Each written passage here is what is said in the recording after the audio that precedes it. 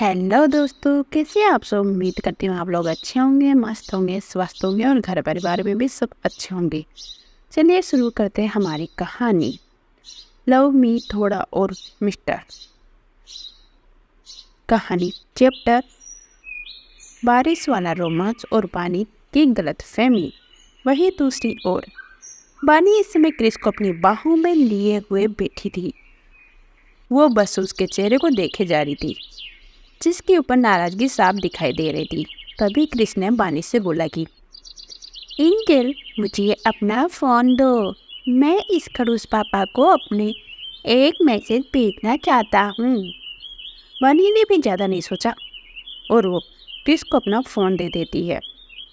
जब क्रिस ने उसके फ़ोन को ऑन किया तो उस पर बहुत सारी नोटिफिकेशन आने लग गई, लेकिन क्रिस ने उन सबको इग्नोर कर दिया और फ़ोन पर एक मैसेज लिखना शुरू कर दिया।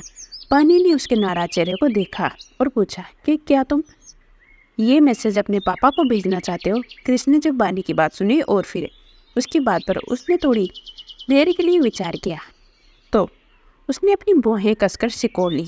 फिर उसने अपना सिर नाम हिलाते हुए बानी से कहा, हाँ मैं उन्हें मैसेज भेजना चाहता हूँ, लेकिन मुझे लगता है कि ये मैसेज अच्छा नहीं है। अगर मैं ये भेजूँगा तो उन्हें लगेगा कि मैं उनसे बात करना चाहता हूँ और अपनी सौतेली माँ के साथ रहना चाहता हूँ, लेकिन मैं ऐसा बिल्कुल नहीं चाहता और ना मैं उनको और उनकी वाइफ को अपनी किसी बात से कुछ करना चाहता हूँ।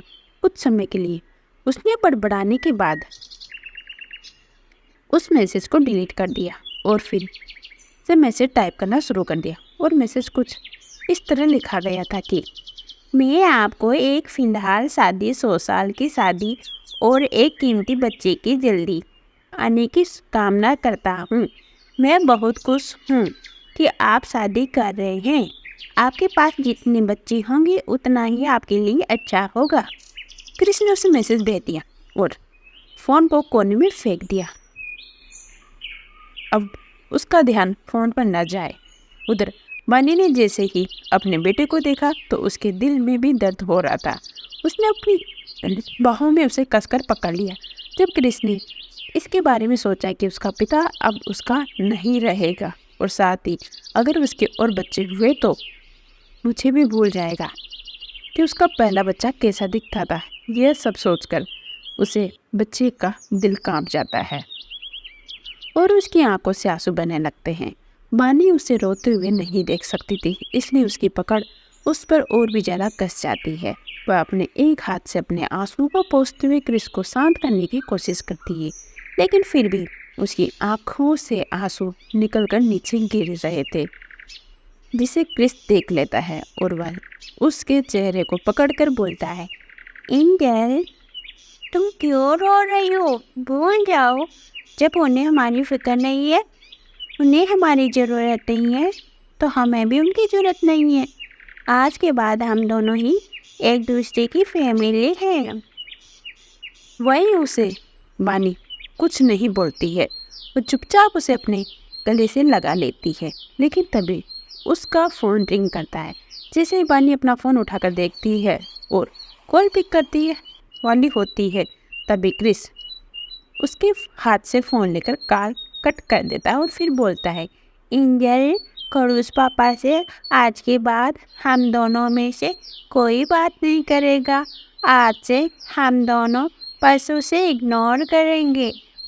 वहीं दूसरी तरफ अबीर, जो इस समय अपनी कार में था, वह इस समय अपने घर की तरफ जा ही रहा था, क्योंकि आज का दिन उसके लिए बहुत ज़्यादा हेक्टिक था और उसने उस लड़की से बहुत मुश्किल से छुटकारा पाया था, जिससे वह पाना चाहता था। लेकिन अब वह थोड़ा टाइम रेस्ट करना चाहता था, लेकिन तभी उसके फ़ोन पर एक नोटिफिकेशन आती है, जिसे वो जब ओपन करके देखता है तो उसकी आंखें गहरी हो जाती है, क्योंकि वह नोटिफिकेशन कोई और नहीं क्रिस के द्वारा भेजी हुई थी।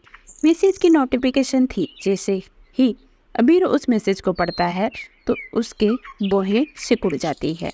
वह धीरे से बोलता है, ये बदबूदार लड़का, इसे तो मैं अपनी अभी बताता हूँ। उसके बाद वह जैसे ही बानी को कॉल करता है तो उसकी कॉल कट कर दी जाती है, जो उसके गुस्से को हवा देने के लिए काफ़ी थी।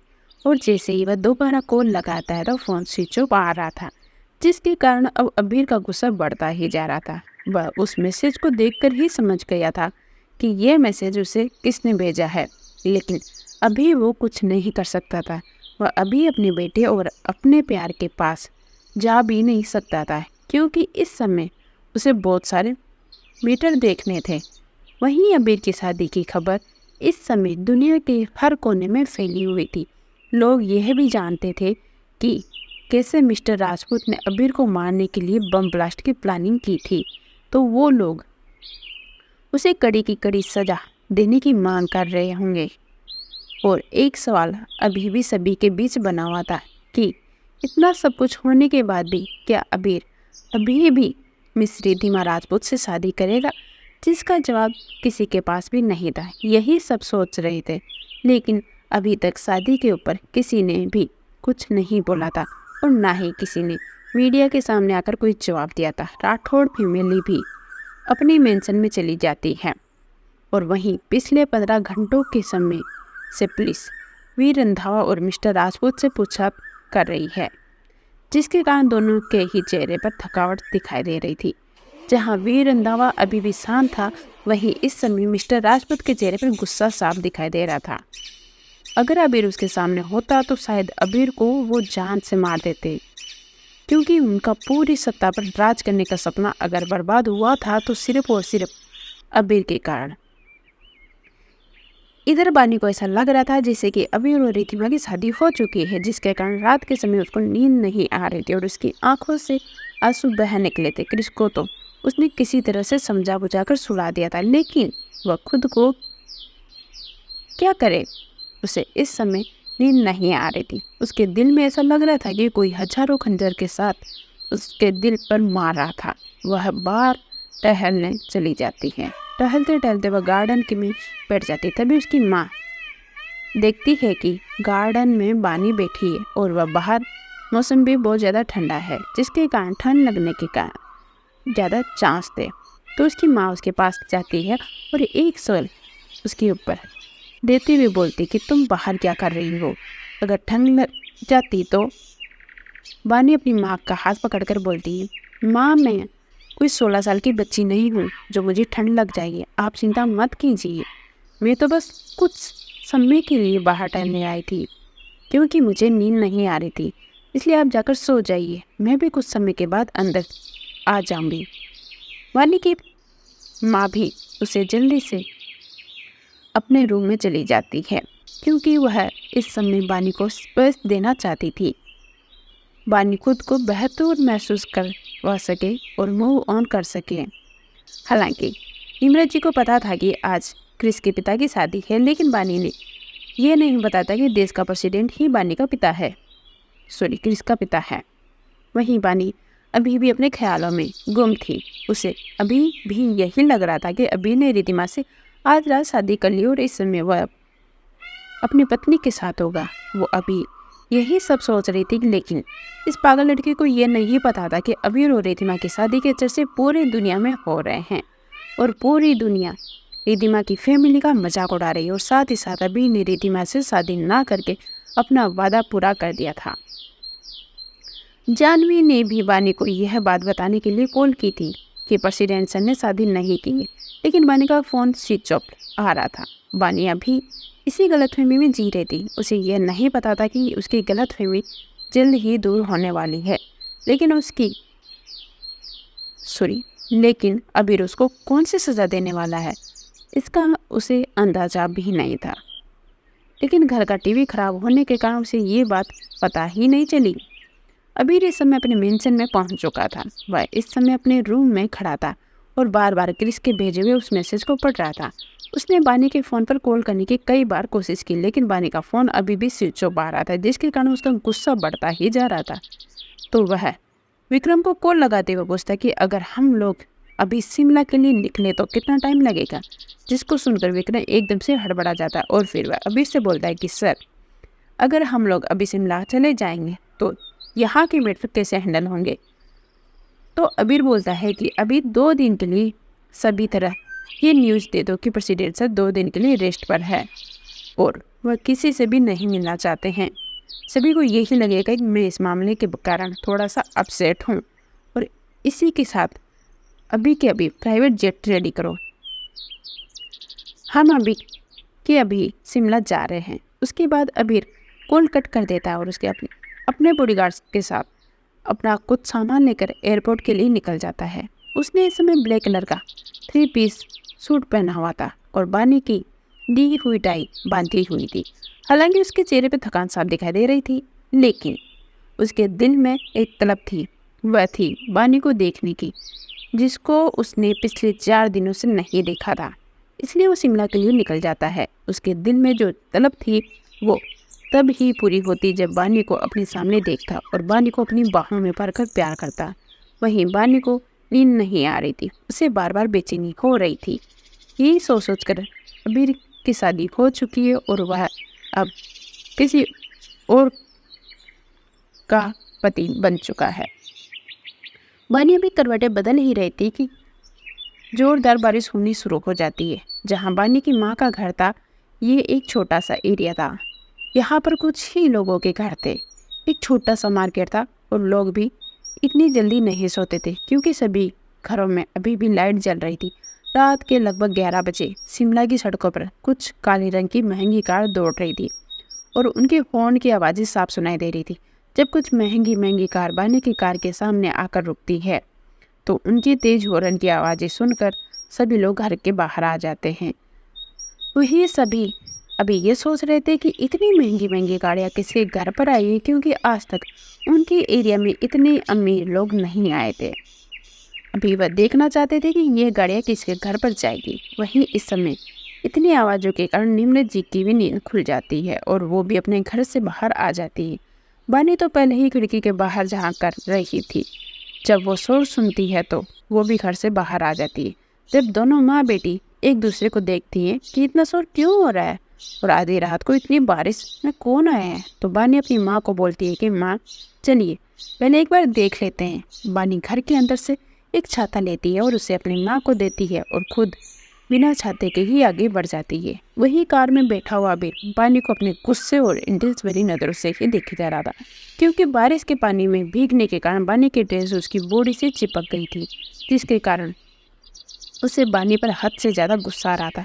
क्योंकि बानी की बॉडी रिवील हो रही थी, ऊपर से कड़ाके की ठंड पड़ रही थी। अगर उसका बस चलता तो वह भी सभी के सामने जाकर बानी को उठाकर घर के अंदर ले जाता, लेकिन अभी वह कार के अंदर से बाहर नहीं निकल सकता था। उसकी प्राइवेसी का मामला था। वो विक्रम को कुछ इशारा करता है, लेकिन उसकी आंखों में अबीर को देखकर एक डर बैठ जाता है और वो जल्दी से एक छाता लेकर कार से बाहर आता है और अपनी नज़रें झुकाकर बानी के पास चला जाता है और उसे जाकर ग्रीट करता है। उसके बाद बानी से कुछ बात करता है तो बानी विक्रम को घूर कर देखती है और फिर डोर को पूरी तरह से खोल देती है। विक्रम और बाकी बॉडीगार्ड अपनी कार लेकर वहां से चले जाते हैं और अबीर अपनी कार जो खुद चलाकर आया था वो अपनी कार को घर के अंदर ले जाता है, जिसके बाद बानी जल्दी से डोर बंद कर देती है। वहीं उसकी माँ उसे छाते के नीचे आने को बोल ही रही थी कि तभी बानी उन्हें मना कर देती है। बानी जैसे ही अपने घर का मेन डोर ओपन करती है तो उसका मुंह खुला का खुला रह जाता है, क्योंकि उसके आंखों के सामने कुछ कोई वो नहीं, अबीर की गाड़ियों का काफिला खड़ा था। वहीं बाकी सभी लोग जब उस कार को बानी के घर के अंदर जाते हुए देखते हैं तो सभी देखना चाहते थे कि आखिर बानी के घर पर आज इतनी रात को कौन आया था। क्या सच में बानी के संबंध किसी अमीर आदमी के साथ है? क्या बानी की शादी किसी अमीर आदमी के साथ हुई है? वह यही सब सोचकर अपने अपने घरों में चले जाते हैं, क्योंकि आखिरकार अब आधी रात को तो वह जाकर बानी की माँ से नहीं पूछ सकते थे कि इतनी रात को उनके घर पर कौन आया है। इसलिए वह इस बात को सुबह करने के बारे में सोचते और फिर अपने अपने घरों में से निकल जाते हैं। वही बानी की माँ छाता लेकर खड़ी थी। वह भी यही सोचकर हैरान थी कि आखिर इतनी महंगी कार उसके घर के सामने किसकी थी। लेकिन जैसे ही वह कार से निकलकर देखती है तो उसका मुंह खुला का खुला रह जाता है। उसकी आंखों के सामने अबीर खड़ा था। उसने कभी नहीं सोचा था कि खुद प्रेसिडेंट चलकर उनके घर आएगा। वह अपने मन में ही बड़बड़ाने लग जाती। आखिर प्रेसिडेंट उसके छोटे से घर पर क्यों आया है। तभी उसके दिमाग में एक बात आती। वह अबीर के चेहरे को गौर से देखती। उसके बाद उसकी आंखों के सामने क्रिस का चेहरा आ जाता है। वह इस बात को सोचे बिना नहीं रह जा पाती है कि क्या अबीर ही क्रिस का पिता है, जिसका जिक्र बानी ने किया था कि आज उसके पिता की शादी है, क्योंकि आज के दिन अबीर की शादी भी थी। तभी अबीर आकर निमरत जी के पैर छूकर बोलता है, सॉरी आंटी जी, मुझे माफ़ करना इतनी रात को आकर आपको परेशान करने के कारण, लेकिन मेरा यहाँ पर आना जरूरी था। निमरत जी अबीर को बोलती है कि पहले अंदर चलिए, आप भीग गए हैं। अबीर जाकर बात करते हैं। वहीं बानी तो अभी भी सो थी, यही सोच रही थी कि अभी अबीर को अपनी पत्नी के साथ अपने प्यार भरे लम्हे बिताने चाहिए था, और वो शादी करने के अगले ही पल यहाँ पर क्या करने आया है। तभी उसके कानों में अबीर की कठोर आवाज़ पड़ती जो निमरत जी से बोल रहा था, आप चलिए, मुझे बानी से ज़रूरी बात करनी है। निमरत जी एक कपल के बीच नहीं बोलना चाहती थी, इसलिए वो घर के अंदर चली जाती है। वहीं अबीर बानी का हाथ पकड़कर उसे अपनी तरफ खींच लेता है, जिसके कारण बानी की नाक जाकर सीधा अबीर के सीने से टकरा जाती है। अबीर अपना कोट उतारकर बानी को पहना देता है, क्योंकि ठंड के कारण बानी का शरीर कांप रहा था, लेकिन शौक के कारण वो अभी ये महसूस नहीं कर पाई थी। जब अबीर उसे अपनी बाहों में उठाता है, तब कहीं जाकर बानी होश में आती है और फिर अपनी लड़खड़ाती आवाज़ में अबीर से पूछती कि तुम यहाँ क्या कर रहे हो, तुम्हें तो इस समय अपनी मिस्टर राजपूत के साथ होना चाहिए, ना कि यहाँ। अबीर बानी को घूर कर देखता है और उसे घर के अंदर ले जाता है और उसे घर के अंदर ले जाकर हॉल में उतार देता है और उसे बोलता है कि जाओ पहले जाकर अपने कपड़े चेंज करके आओ, नहीं तो तुम्हें ठंड लग जाएगी। उसके बाद वो सोफे पर बैठ जाता है। वहीं बानी के जाने के बाद निमरत जी अबीर के पास एक टॉवल लेकर आती है और उसे दे देती है। अबीर टॉवल लेकर निमरत जी को देखता है, जो उससे कुछ पूछना चाहती थी, तो वो उन्हें बोलता है कि आपके मन में जो सवाल है आप बिना किसी झिझक के पूछ सकती हैं। तो निमरत जी जब जब भी अबीर को इतना अच्छा व्यवहार करते हुए देखती है, तो वो उससे पूछ लेती है कि सर, आपकी तो आज शादी हुई है, तो आप यहाँ पर क्यों आए हैं। तो अबीर निमरत जी की बात सुनकर मुस्कुरा देता है।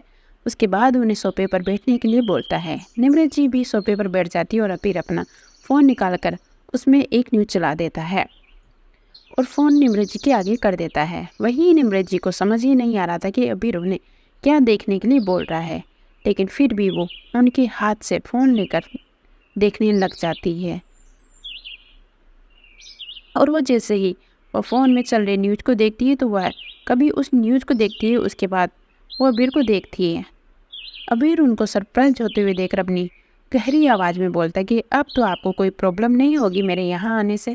तो निमरत जी अपने चेहरे पर मुस्कुराहट लाते हुए बोलते, नहीं, मुझे कोई दिक्कत नहीं है आपके यहाँ आने से। अगर आप अपना रिश्ता सुधारना चाहते हैं तो मैं आपको एक मौका दूंगी, लेकिन मैं यह भी नहीं चाहती कि बानी किसी ज़बरदस्ती के साथ आपके साथ रहे। अगर वह आपके साथ रहना चाहती है तो रह सकती है, मुझे आपके और उसके रिश्ते से कोई इतराज़ नहीं है। उसके बाद वो निमरत जी से अपना रूप पूछता है। तो निमरत जी अबीर को अपने घर के सेकंड फ्लोर पर भेज देती है। उनका घर सिर्फ सेकंड फ्लोर का ही था, वो खुद नीचे रहती है, लेकिन बानी और क्रिस को उन्होंने ऊपर वाले फ्लोर पर रूम दे दिया था। यहाँ पर सिर्फ 2 ही रूम थे। अबीर जैसे ही अपने रूम में जाता है और रूम का डोर ओपन करता है, तो सामने का नज़ारा देखकर उसका गला सूख जाता है, क्योंकि सामने बानी थी, जिसने इस समय एक टेडी बियर वाली ड्रेस पहनी हुई थी और झुकने के कारण उसकी पतली कमर उसकी शर्ट के अंदर से बाहर झाँक रही थी।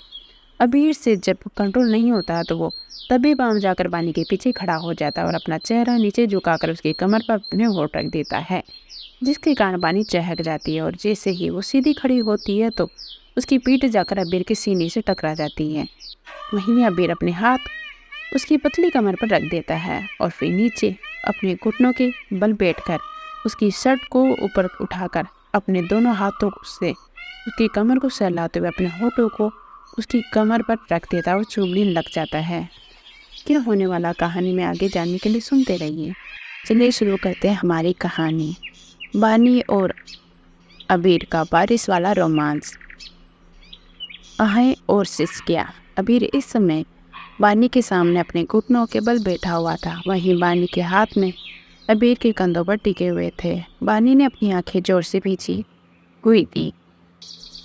अबीर अपने हाथों से बानी के कमर को पकड़कर सहला रहा था और अपने होठों को उसकी कमर पर फेर रहा था, जिसके कारण बानी के मुंह से सिसकियाँ निकलने लगती है। लेकिन वह जल्दी से अपने होठों को अपने दांतों के बीच दबा लेती है, जो उसके मुंह में आवाज़ ना निकले। इसी के साथ उसकी पकड़ अबीर के कंधों पर और कस जाती है और वहीं अबीर फिर से बानी को देखता है, जिसका चेहरा लाल पड़ रहा था और उसकी सांसें तेज चल रही थी। उसके बाल अभी भी गीले थे। अबीर एक पल के लिए तो बानी को देखता सा रह जाता है, लेकिन अगले ही पल उसे याद आता है कि कैसे बानी ने उसकी बात पर भरोसा नहीं किया और उसे छोड़कर आ गई। तो वो गुस्से से जोर से उसकी नाभि के पास काट लेता है, जिसके कारण बानी के मुंह से आह निकल जाती है। बानी झट से अपनी आंखें खोलकर उसको घूर कर देखती है, तो अबीर उसको देखकर एक टेढ़ी मुस्कुराहट के साथ देखता है और फिर उसकी कमर को पकड़कर खड़ा हो जाता है और फिर बानी को उसकी कमर से पकड़कर खुद के चौड़े सीने से चिपकाते हुए बोलता है, जान, बहुत गट्स है तुम में, जो तुम मेरी बात बिना परमिशन के मुझे छोड़कर आ गई। जैसे बानी अबीर की बात सुनती है तो अपनी नज़रें झुका लेती है, लेकिन जैसे ही वह अपनी नज़र झुकाती है तो अबीर के उस पर और ज़्यादा गुस्सा आता है। लेकिन फिर भी अपने गुस्से को कंट्रोल करके अपने हाथों को उसके बालों में फंसाकर बोलता है कि तुम्हें पता है ना जान, मुझे सबसे ज़्यादा गुस्सा किस बात पर आता है? जब कोई मेरी बात नहीं मानता और मेरी अगेंस्ट जाता है। तो अब तुम खुद सोचो कि मैं तुम्हारे साथ क्या करने वाला हूँ। बानी जैसे अबीर की बात सुनती है तो एक पल के लिए डर जाती है, जिसके कारण उसकी पकड़ अबीर की शर्ट पर मजबूत हो जाती है और अबीर बानी को खुद से डरता हुआ देखकर मुस्कुरा देता है। उसके बाद वह बानी की ठुड्डी के नीचे अपनी एक उंगली रखकर उसका चेहरा ऊपर उठाते हुए बोलता है कि जान, अभी तो मैंने कुछ किया भी नहीं कि तुम अभी से डर रही हो। तुम्हें नहीं लगता कि जितनी हिम्मत तुमने मुझसे दूर जाने के लिए दिखाई है, अब उतनी ही हिम्मत से तुम्हें मेरी आंखों में अपनी आंखें डालकर बात करनी चाहिए। वहीं बानी जैसे ही अबीर की बात सुनती है तो उसकी आंखों में एक अजीब से भाव आ जाते हैं, लेकिन फिर भी वो अपनी नज़रें झुका के ही रखती है। उसे अभी भी यही लग रहा था कि अबीर की शादी रितिमा के साथ हो गई है और अबीर यहाँ पर किसी और काम के लिए आया है। वह भला उसके पास क्यों आएगा? उसे तो इस समय रितिमा के पास होना चाहिए था और अपनी स्वागरात मनाना चाहिए था। वहीं अबीर बानी के चेहरे को देखकर मुस्कुराया जा रहा था, लेकिन तभी वह बानी के होठों पर अपने होठ रख देता है और उसके होठों को चूमने लग जाता है, जिसके कारण बानी की आंखें बड़ी बड़ी हो जाती है और वह अबीर के चेहरे को ही देखे जा रही है, जो कि अपनी आंखें बंद करके पूरे बेसन के साथ बानी के एहसास को अपने अंदर समा लेना चाहता है। वो खुद को भूलकर उसके होठों पर पेशनेट किस कर रहा था। अबीर जब बानी को कहीं खोया हुआ देखता है तो वह निचले हाथ को जोर से काट लेता है, जिसके कारण बानी के होठों से खून निकलने लग जाता है और खुद खून का टेस्ट कर अबीर के मुंह में अंदर चला जाता है। वही बानी अबीर के अपने होठ काटने से चिढ़ जाती है। वह खुद भी अपने दोनों हाथों को अबीर की गर्दन से लिपटकर उसके होठों को सक करते हुए जोर जोर से काटने लग जाती है, जिसके कारण अबीर को अपने होठों में दर्द महसूस हो रहा था, लेकिन फिर भी उसने बानी के होठों को नहीं छोड़ा था। बानी भी अपना बदला ले रही थी, क्योंकि उससे अभी अबीर के ऊपर बहुत ज़्यादा गुस्सा आ रहा था। 15 मिनट के किस के बाद दोनों एक दूसरे को छोड़ते हैं तो दोनों के होठ खून से सने हुए थे और अपनी रूड और पेशनेट किस के कारण बानी के होठ तो सूज ही गए थे। अबीर एक टक बानी के चेहरे को गौर से देखने लग जाता है, जिस पर इस समय नाराज़गी साफ दिखाई दे रही थी। तभी उसका ध्यान बानी के निचले होठ पर जाता है, जिससे खून निकल रहा था। अबीर अपने हाथ बानी के गर्दन के पीछे ले जाकर उसे पकड़कर अपने चेहरे के तरफ आगे बढ़ाता हुआ और फिर उसकी आंखों में देखते हुए उसके होठों पर अपने होठ रख देता है और बानी के होठों को अपनी जीभ से लीक करते हुए बानी की आंखों में देखता है। तभी बानी अपनी नज़रें नीचे झुका लेती है। जब बानी के होठों से खून निकलना बंद होता है तब कहीं जाकर अबीर बानी को छोड़ता है। बानी अबीर को घूर कर देखती है, उसके बाद वह उसे धक्का देकर खुद से दूर कर देती है और उससे अपनी रूठी हुई आवाज़ में पूछती है, क्यों आए हैं आप यहाँ पर? तभी अबीर बानी की बात सुनकर बिना वापस जवाब दिए पेड़ की तरफ मुड़ जाता है और जाकर पेड़ पर लेट जाता है। इस समय उसने अपने दोनों हाथों को अपने सिर के पीछे टिकाया हुआ था और उसकी आंखें अभी भी वानी की बॉडी को स्कैन कर रही थी, क्योंकि वानी के गीले बाल होने के कारण जो उसकी गार्डन पर चिपके हुए थे और उसके लाल चेरी जैसे होठों पर अबीर के दांत के निशान जो उससे बहुत ज़्यादा सेक्सी बना रहे थे, और उसकी कमर जो कि अभी भी हल्की हल्की दिखाई दे रही थी, जिस पर अबीर ने काटा था वह निशान साफ दिखाई दे रहा था। अबीर एक बार वानी की बॉडी को ऊपर से नीचे तक ध्यान से देखता है और फिर उससे बोलता है कि यहाँ पर आओ। जैसे ही वानी अबीर की बात सुनती है तो वह घूर कर वानी अबीर को देखती है। फिर उससे पता था कि जो इंसान अभी उसके सामने है वह कितना ज़्यादा घमंडी है। वो सिवाय खुद की किसी की नहीं सुनता है, इसलिए वो खुद अपने कदम आगे बढ़ा देती है और अबीर के पास जाके खड़ी हो जाती है।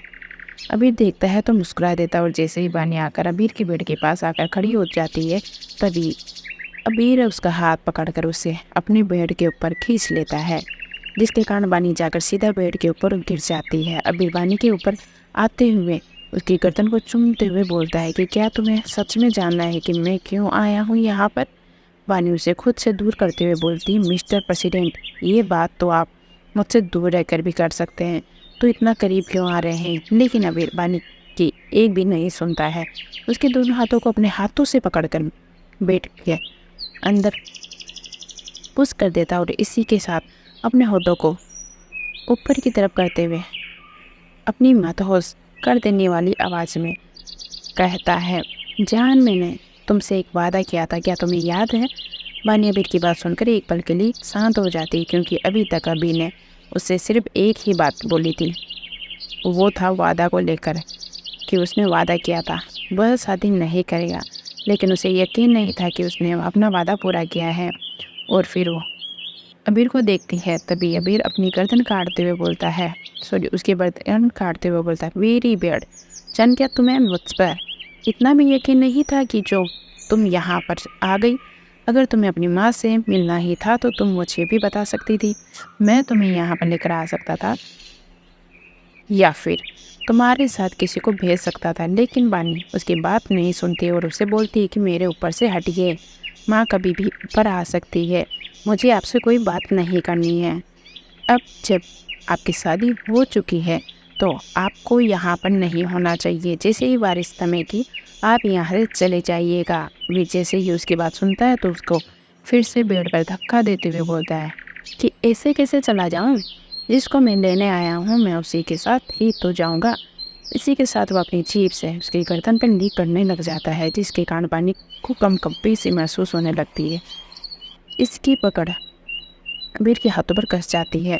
बाहर बहुत ज़्यादा बारिश हो रही थी। खिड़की से आ रही ठंडी ठंडी हवा के कारण बारिश की कुछ बूंदें भी रूम में आ रही थी, जो इस इंडिस भरे माहौल को और भी ज़्यादा रोमांटिक बना रही थी। अबीर वानी की गर्दन को अपनी गर्म जीभ से लीक करते हुए अपनी सेडक्टिव आवाज़ में बोलता है कि माँ जहाँ पर नहीं आएगी। बस समझदार हो, उन्होंने मुझे तुम्हारे साथ अकेला छोड़ दिया है, या तो हम अपने रिश्ते जो भी प्रॉब्लम है उन्हें सुलझा सकें। वानी जैसी अबीर की बात सुनती है तो वो शौक हो जाती है। उसे तो इस बात पर यकीन ही नहीं हो रहा था कि उसकी माँ उसे इस तरह से धोखा दे जाएगी।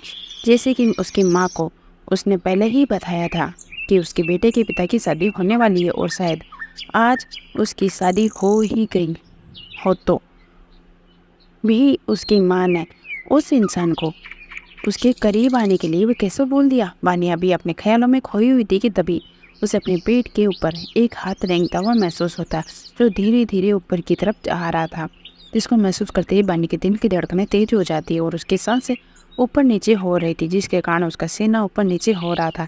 अबीर की नज़रें वहीं टिकी हुई थी।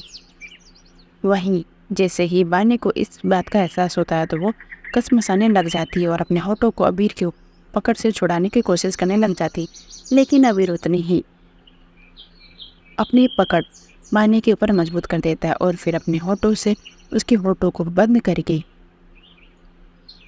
अपने हाथों को उसकी छठ के अंदर डाल देता है और फिर उसकी कमर को सहलाने लग जाता है और हल्के से उसको उसकी कमर से ऊपर उठाकर उसे एक झटके से अपने ऊपर करते रहता है। इस समय वानी अबीर के ऊपर थी और अबीर वानी के नीचे अबीर के हाथ बानी की पीठ पर चल रहे थे। वहीं बानी तो कोई रिएक्ट ही नहीं कर रही थी। तभी उसे एकदम से ठंड का एहसास होता है, जिसके कारण उसकी आंखें बड़ी बड़ी हो जाती है, क्योंकि अबीर ने उसकी शर्ट को उसकी बॉडी से अलग कर दिया था, जिसके कारण जैसे ही खिड़की से आती हुई ठंडी हवा उसकी बॉडी से टकराती है तो बानी कांप जाती है और वो अपनी आंखें बंद कर लेती है। तभी उसे अपने नीचे कुछ अजीब सा महसूस होता है, जिसके कारण उसका ध्यान अपनी बॉडी पर चला जाता है और वो अपने नीचे की चीज़ को महसूस करते ही आंखें बड़ी बड़ी हो जाती है और उसका चेहरा शर्म से लाल हो जाता है। इसको देखकर अबीर के चेहरे पर मुस्कुराहट आ जाती है कि तभी अबीर अपने होठों को अबीर के कान के पास बानी के कान के पास ले जाकर कुछ ऐसा बोलता है कि बानी चौंक जाती है और जोर से चिल्लाती है, क्या? बानी जैसे ही अबीर की बात सुनती है तो वह उससे अपनी लड़खड़ाती आवाज़ में पूछती कि क्या तुमने सच में उस रिथिमा से शादी नहीं की? तो अबीर उसके ईयलों को काट कर बोलता है, हाँ मैंने उससे शादी नहीं की। जैसे अबीर की बात सुनती है तो वह खुशी से उछल पड़ती है। उसे इस बात का भी ध्यान नहीं रहता है कि अबीर इस समय किस पोजीशन में। अबीर की बात सुनकर बानिया इतना ज़्यादा खुश थी कि उसका मन नाचने का कर रहा था। वो बेड से नीचे उतरती है और भागकर बालकनी में चली जाती है। लेकिन ये अच्छा था कि इस समय रात थी, जिसके कारण आसपास कोई नहीं था। लेकिन बानी ऐसे बाहर जाते हुए देखकर भी शौक हो जाता है। लेकिन बानी को सिर्फ अपनी स्पोर्ट्स इनरवियर में बालकनी में जाते हुए देखकर उसकी आंखें सिकुड़ जाती है। अब वही जल्दी से उसको उठाता है और भागकर बालकनी की तरफ जाता है और उसका पकड़कर उसे अपनी तरफ खींच लेता है, जिसके कारण बानी जाकर सीधा उसके चेहरे से टकरा जाती है। तभी उसके कानों में अबीर की गुस्से वाली आवाज़ पड़ती है, जो उसे अपनी दांत पीसते हुए बोलता है कि क्या है ये, क्या हरकत है तुम्हारी? क्या तुम एक बार अपनी बॉडी पर ध्यान से देखोगी? वहीं अबीर की गुस्से वाली आवाज़ सुनकर बानी शौक हो जाती है। तभी उसका ध्यान अपनी बॉडी पर जाता है। यहाँ उसने अभी अपनी ऊपर बॉडी पर सिर्फ इनरवियर पहनी हुई थी। उसको देखकर वो जम जाती है। वहीं बारिश की बूंदें उन दोनों के ऊपर गिर रही थी।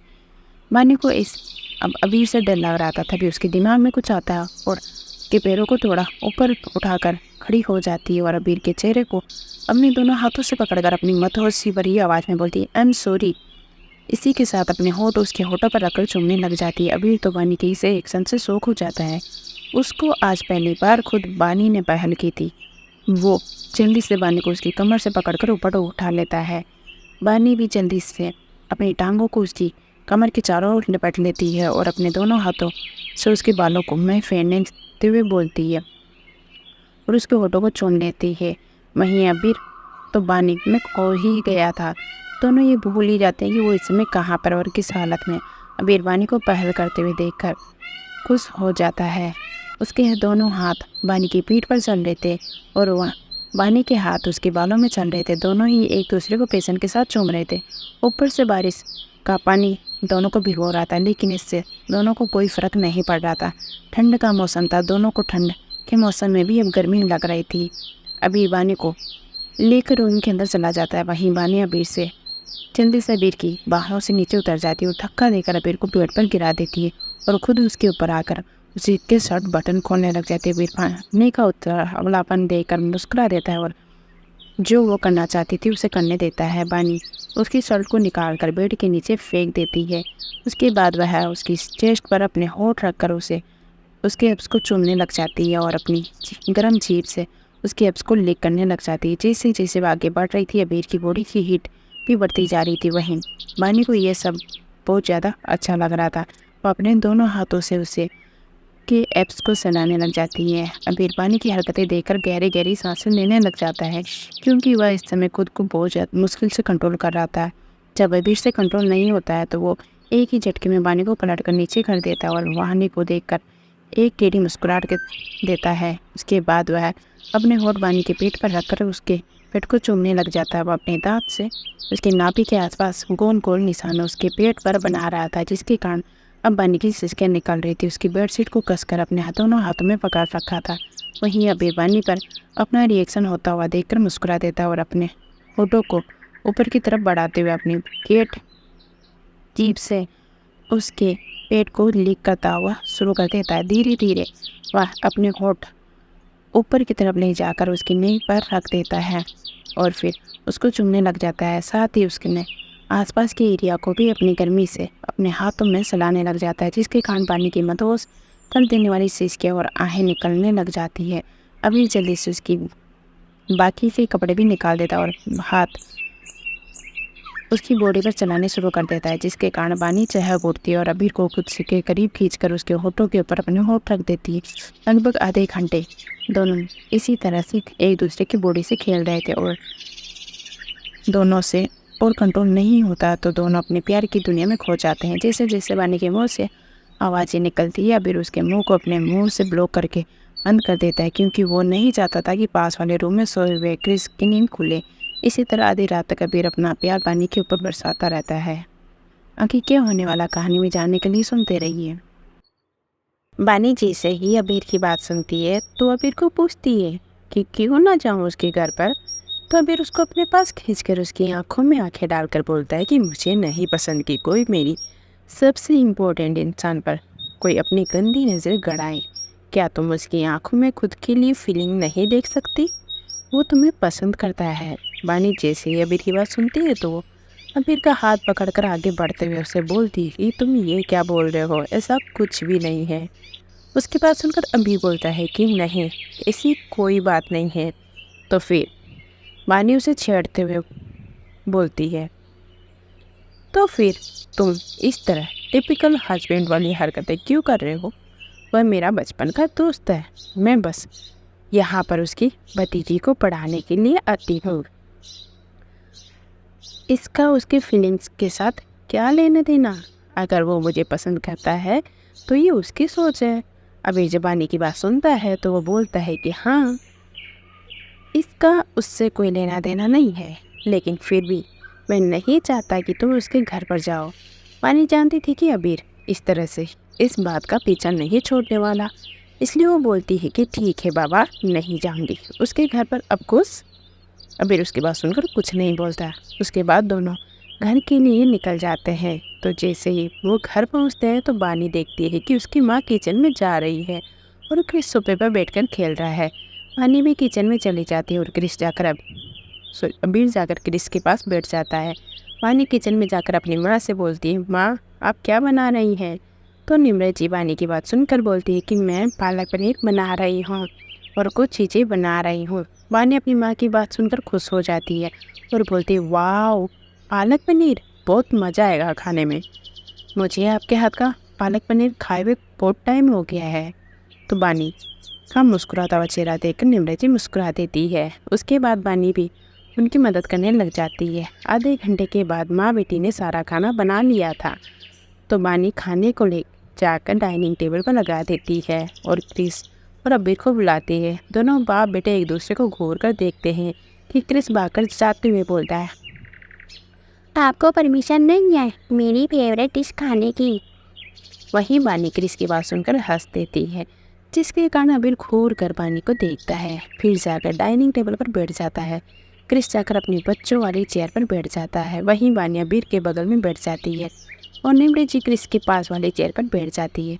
बानी अपनी प्लेट में खाना डाल लेती है, उसके बाद क्रिस की प्लेट में भी खाना डाल लेती है। वहीं अबीर बानी को घूर घूर कर देख रहा था, क्योंकि बानी ने उसे बिल्कुल भी इग्नोर कर दिया था, जिसके कारण उसके दिमाग में एक शरारत सूझती है। वह तो बानी का ध्यान सिर्फ अपनी तरफ करना चाहता था, इसलिए वह अपना सूज उतार कर अपने पैर को बानी के पैर पर रखकर उसके पैर को अपने पैर से सहलाने लग जाता है।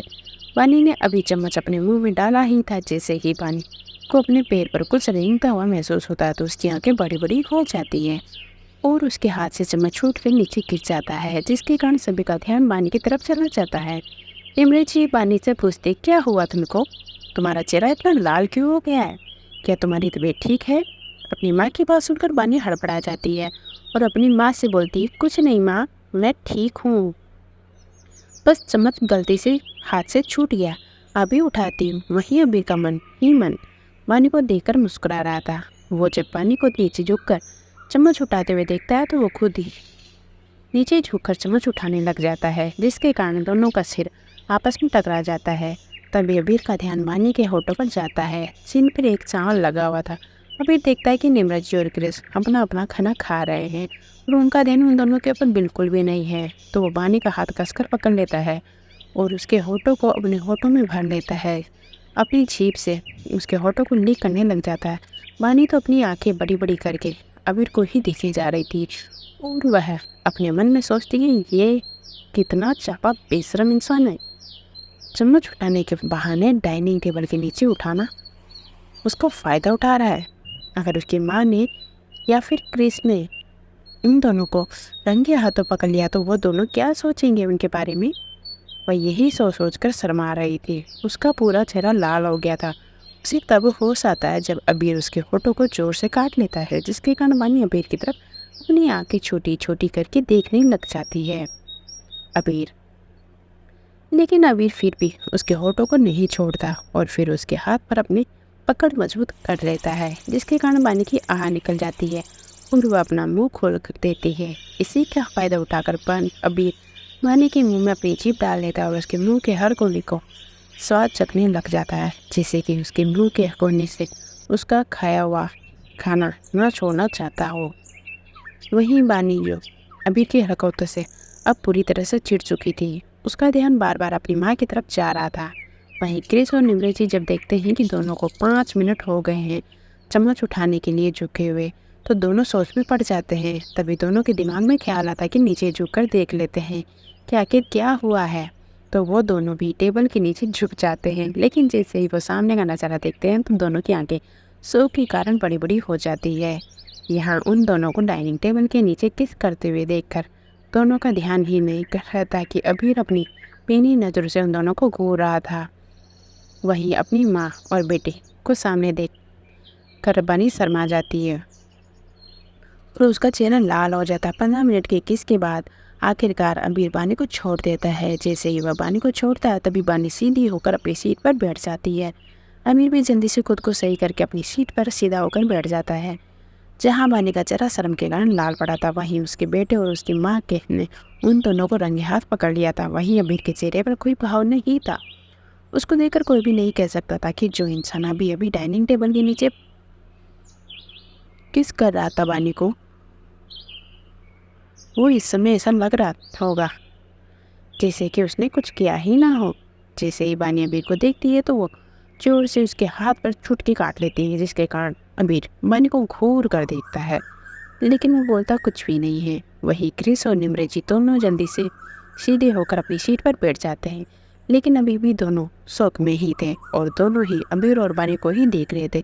तभी क्रिस चिल्लाते हुए अबीर से बोलता है, खड़ूस मिस्टर नाटो, आप इंजन के साथ डाइनिंग टेबल के नीचे किस क्यों कर रहे हैं। अबीर क्रिस की बात सुनकर उसको देखता है और फिर बोलता है, इससे तुम्हारा मतलब नहीं है। तुम बच्चे हो तो बच्चों की तरह बन के रहो। मैं उससे चाहे तुम्हारे सामने किस करूँ या फिर डाइनिंग टेबल के नीचे, तुम्हें हम दोनों को किस करते हुए देखकर अपनी आंखें बंद कर लेनी चाहिए। निमरा जी जो अभी भी शौक में थी, उन्हें तो यकीन ही नहीं हो रहा था कि देश का प्रेसिडेंट जो उससे हमेशा शांत रहता था और कोल्ड एक्सप्रेशन हमेशा उसके चेहरे पर रहते थे, उसको देखकर कोई भी नहीं कह सकता था कि वह इतना ज़्यादा रोमांटिक है। डाइनिंग टेबल के नीचे ही अपनी गर्लफ्रेंड को किस करेगा। वहीं बानी तो शर्म के मारे सिर झुकाए बैठी थी और थोड़ा सा खाना खाती है, उसके बाद बोलती है कि मेरा हो गया। तभी अभी टिश्यू पेपर से अपना मुंह साफ करते हैं और चला जाता है और बोलता है कि चलो घूमने चलते हैं, मेरा भी हो गया है। वहीं क्रिस के कान खड़े हो जाते हैं जब वह घूमने का नाम सुनता है और फिर वह जल्दी से अपना खाना बीच में ही छोड़कर बोलता है, ठीक है घूमने चलते हैं, बहुत मज़ा आएगा। वहीं अभी जब क्रिस की बात सुनता है तो अपनी आंखें से कूड़ कर उसे देखता है और बोलता है कि मैंने तुम्हें नहीं बोला कि तुम हमारे साथ चल रहे हो। वाह घूमने हम दोनों ही जाएंगे, तुम अपने दोस्तों के साथ खेलो। जैसे ही क्रिस अबीर की बात सुनता है तो उसका मुंह बन जाता है और वह बानी की तरफ देखकर बोलता है, एंजल देखो ना, मुझे भी घूमने जाना है। क्रिस का छोटा सा चेहरा देखकर बानी को उस पर तरस आ जाता है और वह अबीर की तरफ देखकर अपना चेहरा घुमाकर बोलती है, प्लीज़ क्रिस को भी हमारे साथ चलने दो ना। अबीर उसे साफ बना कर देता है, जिसके कारण बानी बेचारी सी नज़रों से अबीर की तरफ देखती है, लेकिन अबीर अभी बानी के साथ क्वालिटी टाइम बिताना चाहता था, क्योंकि उसे कभी भी इतना टाइम नहीं मिलता था कि बानी के साथ कहीं घूमने जाए। इसलिए वो बोलता है कि नहीं, आज हम दोनों अकेले ही जाएंगे, इसे अपने दोस्तों के साथ खेलने दो। वही क्रिस अबीर से अपनी नाक सिकुड़ कर बोलता है, खड़ूस मिस्टर राठौर। इसी के साथ वो बाहर करने चला जाता है। अबीर बानी को लेकर एक पार्क में चला जाता है जहाँ पर इस समय छोटे छोटे बच्चे खेल रहे थे। बानी का ध्यान भी उन बच्चों की तरफ चला जाता है जिनको देखकर बानी के चेहरे पर मुस्कुराहट आ जाती है। अबीर जब बानी को मुस्कुराते हुए देखता है तो उसकी मुस्कुराहट को देखकर उसके चेहरे पर भी एक सुकून भरी मुस्कुराहट आ जाती है जो उसके पीछे, उसके मास्क के पीछे छुपी गई थी। अबीर बानी को उसकी कमर से पकड़कर खुद के करीब करके बोलता है, तुम इतनी क्यों मुस्कुरा रही हो? तो बानी अबीर का चेहरा पकड़कर बच्चों की तरह कर देती है। जैसे कि अबीर उन बच्चों को देखता है तो उसकी आंखों में शरारत भरी चमक आ जाती है क्योंकि सामने एक प्यारी सी लड़की थी जो दो लड़कों के साथ खेल रही थी और पूरे लोग के साथ उन दोनों से ही अपने काम करवा रही थी। जैसे कि कभी ये पत्ता उठा कर लाओ, कभी कहती थी वो छोटा सा पत्थर उठा कर लाओ, और वहीं वो लड़के उसकी हर बात मान रहे थे क्योंकि वो दोनों ही उसके बहुत अच्छे दोस्त थे। अभी जब उस लड़के को देखता है तो उसके चेहरे पर भी एक मुस्कुराहट आ जाती है जो मास्क के पीछे छुप जाई थी। अबीर अपना चेहरा बानी के कान के पास ले जाकर बोलता है कि तुम बोलो तो हम उस छोटी सी बच्ची की तरह हमारी एक रिसेज को इस दुनिया में ला सकते हैं। बानी जैसे बेटी की बात सुनती है तो वो शौक हो जाती है और तभी उसकी आंखों के सामने इन और सालों में जो पल बीते थे वो घूमने लग जाते हैं जिसके कारण बानी की पकड़ अबीर के हाथों पर कस जाती है। अबीर जब बानी के चेहरे पर घबराहट देखता है तो उसे अपने हाथ पर बानी की पकड़ मजबूत होते हुए महसूस होती है तो अपने दोनों बाहों को बानी की इर्द गिर्द लिपेट लेता है जिससे अबीर के आगोश में आ जाती है और अबीर की आंखों में देखने लग जाती है। अबीर की आंखों में देखते देखते कब उसकी आंखों से आंसू निकलने लगते हैं उसे पता ही नहीं चलता। अबीर बानी की आंखों में आंसू देखकर एक पल के लिए घबरा जाता है और जल्दी से अपने एक हाथ से उसके आंसू को साफ करते हुए बोलता है, क्या हुआ जान, तुम रो क्यों रही हो? तो बानी अबीर को जोर से हक करते हुए बोलती है कि नहीं, मुझे अभी कोई भी प्रिंसेस नहीं चाहिए क्योंकि एक बार हम गलती कर चुके हैं। मैं दोबारा लोगों के ताने नहीं सुन सकती। मैं दोबारा अपने बच्चे पर लोगों की गंदी नज़रें बर्दाश्त नहीं कर सकती। वो ये सब रोते हुए बोल रही थी। वहीं अबीर भी बानी की इस बात को सुनता है तो वो समझ जाता है कि आखिरकार बानी इतना ज़्यादा क्यों घबराई हुई है। बानी शादी से पहले प्रेग्नेंट नहीं होना चाहती थी। वहीं अबीर भी बानी के मन की बात समझ रहा था, इसलिए वह अपने एक हाथ से बानी की पीठ को सहलाते हुए उसे शांत कराने की कोशिश करता है और फिर उसे शांत कराते हुए बोलता है, अरे जान, तुम घबरा क्यों रही हो? हम कौन सा सच में अभी हमारे प्रिंसेस को इस दुनिया में ला रहे हैं? मैंने तो अभी सिर्फ बात करी है और इस बार तुम अकेली नहीं हो। जो दुनिया और बाकी सभी तुम पर या हमारे बच्चे पर उंगली उठाएंगे। तब हालात सही नहीं थे, मुझे तुम्हें अकेला छोड़ना पड़ा, तब मेरी मजबूरी थी क्योंकि मैं इतना पावरफुल नहीं था। लेकिन आज मेरे पास पूरी दुनिया का कंट्रोल करने की शक्ति है, इसलिए तुम्हें ज़्यादा डरने की ज़रूरत नहीं है। अब से आज से मैं तुमसे वादा करता हूँ कि तुम अपनी ज़िंदगी के हर मोड़ पर अबीर सिंह राठौर को अपने साथ पाओगे, चाहे वह दुख हो चाहे या सुख हो। मैं हमेशा तुम्हारे साथ रहूँगा। अब रो मत प्लीज़, शांत हो जाओ मेरी जान। बानी जब अबीर की बात सुनती है तो वह अपनी नम आंखों से अबीर की आंखों में देखती है जिनमें उसे सिर्फ सच्चाई ही दिखाई दे रही थी। बानी अबीर को जोर से हक कर लेती है। वहीं अबीर भी बानी को अपनी बाहों में पाल कर बैठा हुआ था। तभी अबीर को कुछ सोचता है और वो अपने चेहरे से मास्क को हल्का सा नीचे सरकाकर बानी की गुलाबी होठों को अपने होठ पर रख देता है और फिर उसके होठों को चूमने लग जाता है। पूरे 15 मिनट की किस के बाद अबीर बानी को छोड़ता है जिसके कारण बानी का चेहरा शर्म के मारे लाल हो गया था क्योंकि आज पब्लिक में पहली बार देश का प्रेसिडेंट उसके साथ बेशर्मी कर रहा था। वहीं अबीर बानी का लाल चेहरा देखकर मुस्कुरा देता है। तभी उन दोनों का ध्यान बच्चों पर जाता है जो अपने ही खेल में मगन थे। उनके आसपास क्या हो रहा है इससे तीनों को कोई फर्क नहीं पड़ता था। अबीर और बानी उन तीनों को देखकर मुस्कुरा देते हैं। उसके बाद वो बानी का हाथ पकड़कर उसे वहाँ से ले जाते हुए बोलता है, चलो कहीं और घूमते हैं। हमें ऐसे बच्चों को उनके खेल में डिस्टर्ब नहीं करना चाहिए। वहीं बानी अबीर की बात सुनकर अपना सिर हाँ में हिला देती है और फिर उसके हाथ में हाथ डालकर वहाँ से चली जाती है। वो दोनों मार्केट में चले जाते हैं। ये बहुत ज़्यादा बड़ा मार्केट नहीं था, एक छोटा सा मार्केट था। यहाँ से हम हमारी ज़रूरत का सामान खरीद सकते थे। अबीर बानी का एक कपड़े की शॉप के अंदर ले जाता है। यहाँ पर बहुत सारे लोग थे। ये छोटी सी शॉप थी जिसके, लेकिन इसमें भीड़ बहुत ज़्यादा थी। एक लड़का जिसकी उम्र शायद 17 से 19 साल की थी, वह लड़का उन दोनों के पास आता है। अपने गले में 1 इंची टेप डाला हुआ था।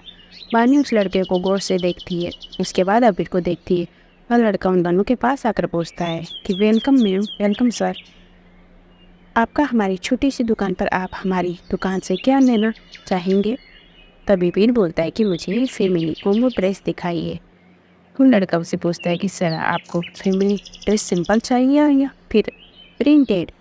अबीर उस लड़के की बात सुनकर एक तरफ इशारा कर देता है। बानी भी अबीर के इशारे की हुई की तरफ देखती है तो उसका मुंह खुला का खुला रह जाता है, क्योंकि उसकी आंखों के सामने कार्टून वाली ड्रेस थी जिनको देखकर उसे खींच आता है। तो बानी कभी उसी ड्रेस को देखती है तो कभी अबीर को। उसके बाद वो अबीर के हाथ को पकड़कर खींचते हुए बोलती है, अरे तुम इसी ड्रेस को क्यों खरीद रही हो?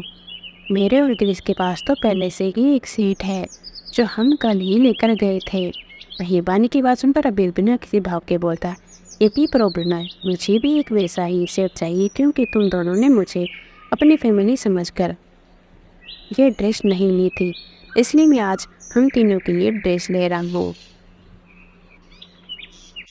उसके बाद वो नीचे झुककर बानी के कान के पास अपना चिल्ला ले जाकर बोलता है, वैसे तुम कल रात उस कार्टून वाले पजामे में बहुत ज़्यादा फ्रेश और सेक्सी और हॉट लग रही थी। मेरा मन करता है कि आज रात भी तुम्हें जी भरकर प्यार करूँ, जब तुम अपनी उस मदोस कर देने वाली आवाज़ में मेरा नाम लेती हो। अभी हेलो दोस्तों, कैसे हैं आप सब? उम्मीद करती हूँ आप लोग अच्छे होंगे, मस्त होंगे, स्वस्थ होंगे, घर परिवार में भी सब अच्छे होंगे। चलिए शुरू करते हैं हमारी कहानी। कहानी का चैप्टर है रिद्धिमा और राहुल की वाइल्डली इंटीमेसी। बानी और अबीर दोनों ही उस शॉप के अंदर थे और अबीर ने जैसे ही अपनी बात बानी के कानों में कही तो बानी का चेहरा शर्म के कारण लाल हो जाता है। वह अपनी आंखों को छोटी करके अबीर को घूर कर देखती है, जैसे कि बोल रही होगी, तुम कब से ऐसी बेशर्मी भरी बातें करने लगे? लेकिन अबीर को तो उसके ऐसे घूरने से कोई फर्क ही नहीं पड़ा, बल्कि उसने एक बार चारों तरफ देखा। जैसे ही उसने देखा कि किसी की भी नज़र उन पर नहीं है, उसके बाद उसने अपना मास्क हल्का सा नीचे करके बानी की गाल को चूम लिया और फिर जल्दी से अपने मास्क को अपने चेहरे पर लगा लिया और फिर वैसे भी बिना किसी भाव के खड़ा हो गया। वहीं अबीर की इस हरकत के कारण बानी तो शौक में चली गई थी। तभी वहाँ पर वो लड़का आता है और बोलता है कि ये लीजिए आपकी नाइट ड्रेस। उसकी आवाज़ सुनकर बानी अपने होश में आती है, फिर अबीर को देखती है जो प्यार से उस ड्रेस को देख रहा था, क्योंकि शर्ट के ऊपर एक छोटे से बच्चा बीच में बैठा हुआ था और एक साइड उसकी मॉम एंड दूसरी साइड उसके डैड थे। दोनों ही उस बच्चे के गालों को चूम रहे थे। वहीं वो बच्चा अपने 2 छोटी छोटी दांत दिखाते हुए मुस्कुरा रहा था। बानी भी जैसे ही वो शर्ट को देखती है तो उसके होठों पर मुस्कुराहट आ जाती है। तभी उसके कानों में अबीर की आवाज़ पड़ती है जो पूछ रहा था कि इसको पैक कर दीजिए। जैसे वह लड़का अबीर की बात सुनता है तो वह खुश हो जाता है और वह जल्दी से जाकर उस ड्रेस को पैक कर देता है। अबीर ने अपने एक हाथ से उस ड्रेस वाले बैग को ले लिया था और दूसरे हाथ से बानी के हाथ को कसकर पकड़ लिया था। उसके बाद वह बानी का हाथ पकड़कर वहाँ से निकल जाता है। जैसे ही वह वहाँ से निकलता है तो बानी उससे पूछती है कि क्या तुम क्रिस से वैसा पेश नहीं आ सकते जैसा क्रिस चाहता है? वहीं अबीर जो आगे बढ़ रहा था, जैसे ही वो बानी की बात सुनता है तो उसके कदम रुक जाते हैं। उसके बाद वो बानी के चेहरे की तरफ देखने लग जाता है। तो बानी बोलती है कि उसे तुमसे कितनी उम्मीद है। वह चाहता है कि बाकी बच्चों की तरह उसके पापा भी उसके साथ वैसे ही लाड प्यार करें जैसे उन बच्चों के पापा उनसे प्यार करते हैं। उसकी बात सुनकर अबीर बोलता है कि तुम जानती हो कि मेरी सिचुएशन क्या है, मैं चाह कर भी उसके साथ ऐसे पेश नहीं आ सकता। खासकर अभी मैं उसे दुनिया के सामने लाकर उसके लिए कोई खतरा नहीं चाहता।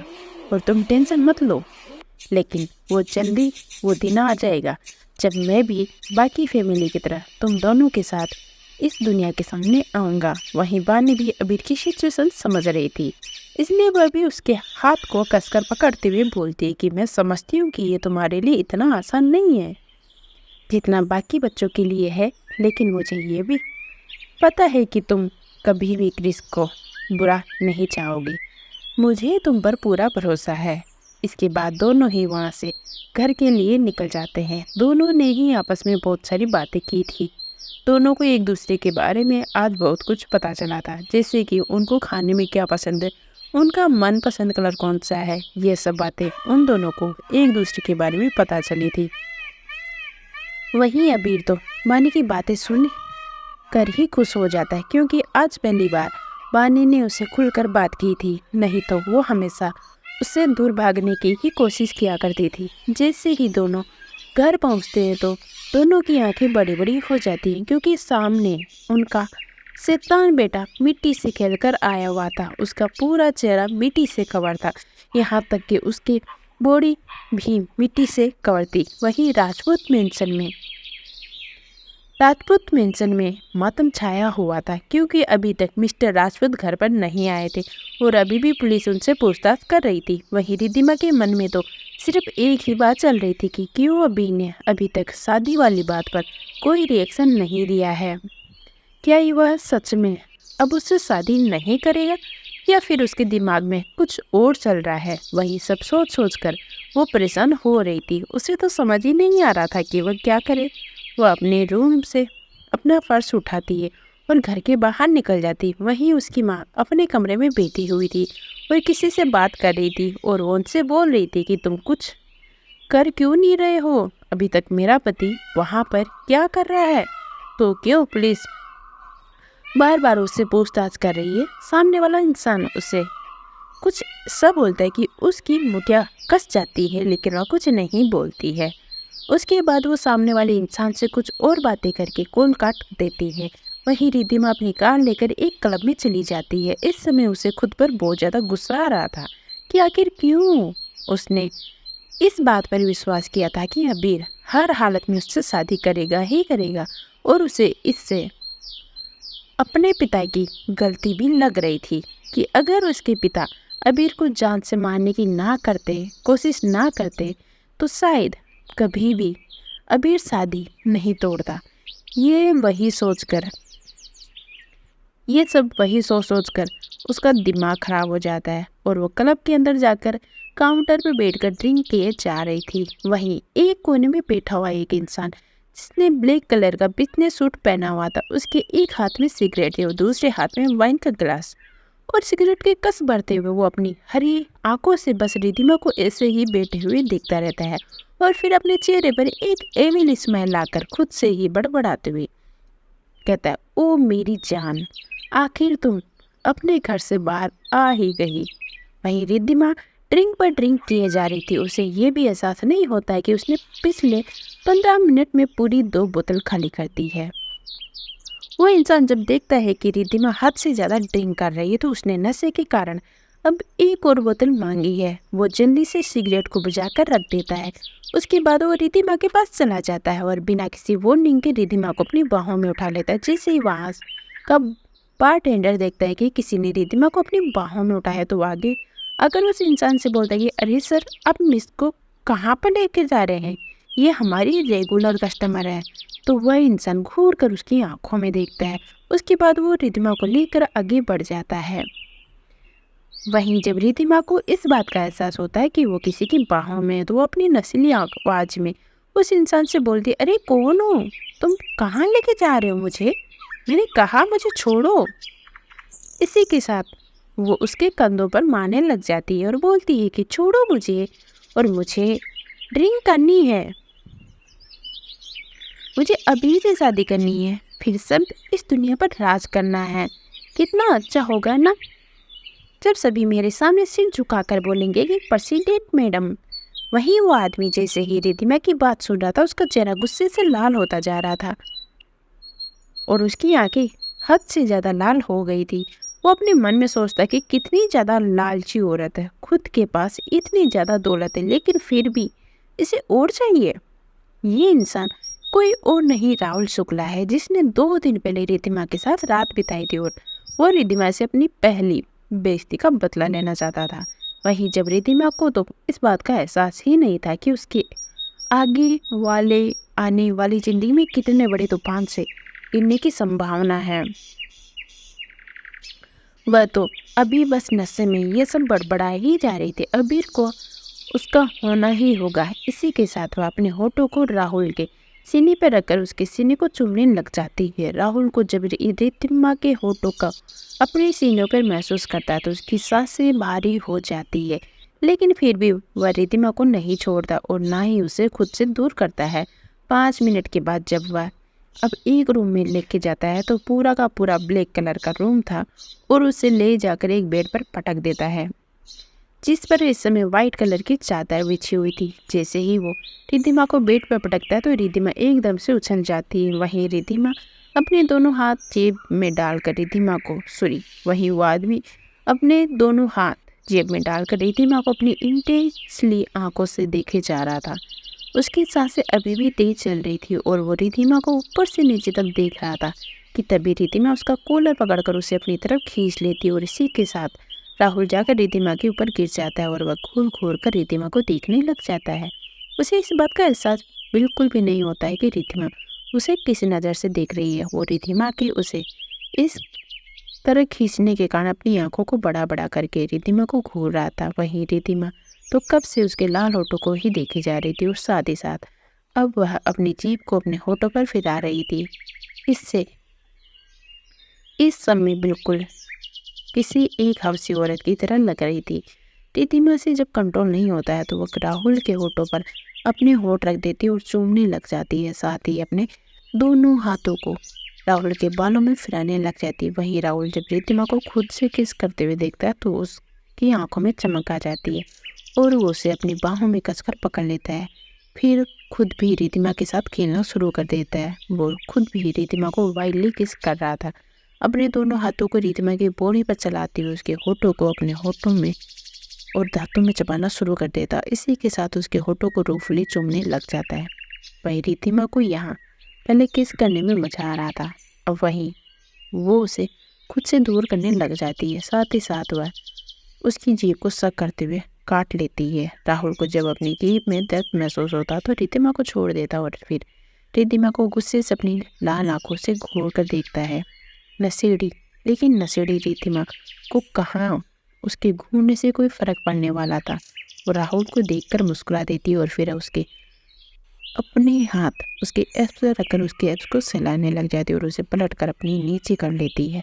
उसके होठ उसकी गर्दन पर रखकर उसके गर्दन को जोर से काट लेती है, जिसके कारण राहुल की मुठियाँ कस जाती है। वही कोई था उस रूम की खिड़की से रिद्धिमा के हर मूवमेंट को अपने फ़ोन के कैमरे में रिकॉर्ड कर रहा था। आखिर कौन था जो रिद्धिमा की हर हरकत को अपने फ़ोन के कैमरे में रिकॉर्ड कर रहा था? जानने के लिए सुनते रहिए हवस वाला रोमांस। और मैं तुम्हें अपने नीचे कराते हुए सुनना चाहता हूँ। कहानी में अब आगे। रिद्धिमा के नीचे था राहुल के हाथ जहाँ उसकी कमर पर कसे हुए थे, वहीं रिद्धिमा के हाथ राहुल के सीने पर चल रहे थे। जितनी हरकत रिद्धिमा के होठ उसके सीने पर कर रहे थे उतनी ही राहुल की पकड़ उस पर कसती ही जा रही थी। रिद्धिमा अपने होठों को उसके एब्स पर रखकर उसके एब्स को चूमने लग जाती है और साथ ही वो जोर से उसके चौड़े सीने पर अपने दांतों से निशान बनाने लग जाती है, जिनमें से खून निकलने लग जाता है। लेकिन उसके काटने से राहुल के मुंह से उफ तक नहीं निकलती और वो अपने होठ उसके पेट पर रखकर उसके पेट को सहलाते हुए वो उसकी गहरी नाभि पर जोर से काट लेती है। उसके बाद वह टेढ़ी आंखें करके राहुल को देखती है। वही राहुल रिद्धिमा को देखकर एक टेढ़ी मुस्कुराहट देता है और फिर रिद्धिमा को पलटकर अपने नीचे कर लेता है और वह राहुल खुद उसके ऊपर आ जाता है और उसके होठों पर अपने होठ रखकर उसके होठों को जबरदस्ती चूमने और काटने लग जाता है, जिसके कारण रिद्धिमा छटपटाने लग जाती है। लेकिन फिर भी राहुल उसे नहीं छोड़ता है और अपने हाथ ले जाकर उसकी टांग पर रख देता है और उसकी थाई को सहलाने लग जाता है, जिसके कारण रिद्धिमा सिहर सी जाती है। वही रिद्धिमा को सहते हुए देखकर राहुल की आंखों में चमक आ जाती है और इसी के साथ उसके दोनों हाथों को जोर से चूमकर काट लेता है, जिसके कारण रिद्धिमा अपने हाथों की मुट्ठियों को कस लेती है और जोर से आंखें बीस लेती है और राहुल के जोर से काटने के कारण रिद्धिमा के होठों से खून निकलने लग जाता है। इसी के साथ उसके दोनों हाथों को जोर से चूमकर काट लेता है, जिसके कारण रिद्धिमा अपने तो हाथों की मुट्ठियां कस लेती है और जोर से आंखें बीस लेती है और राहुल के जोर से काटने के कारण रिद्धिमा के होठों से खून निकलने लगता है। राहुल जैसे ही रिद्धिमा को छोड़ता है तो रिद्धिमा की चीख निकल जाती है और वह राहुल पर भड़कते हुए बोलती है कि राहुल, तुम्हारी हिम्मत कैसे हुई मुझे इतनी जोर से काटने की? देखो, तुम्हारी कारण मेरे होठों से खून निकलने लग गया है। लेकिन राहुल पर उसके इस तरह चिल्लाने का कोई फर्क नहीं पड़ता है।